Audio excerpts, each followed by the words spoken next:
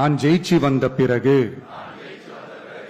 மக்கள் பணத்தில் ஒரு பைசா கூட தொடமாட்டேன்.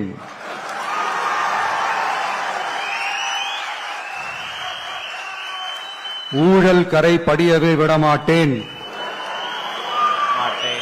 பெண்கள் பாதுகாப்பை உறுதிப்படுத்துவேன்.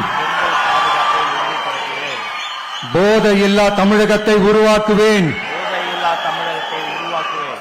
சட்டம் ஒழுங்கை சரி செய்ய துணை நிற்பேன். ஒரு நாளும் மக்கள் விரோத செயலில் ஈடுபட மாட்டேன். இது சத்தியம். தேங்க்யூ. மக்களே, இது உறுதிமொழியெல்லாம் கிடையாது, இது உத்தரவாதம்.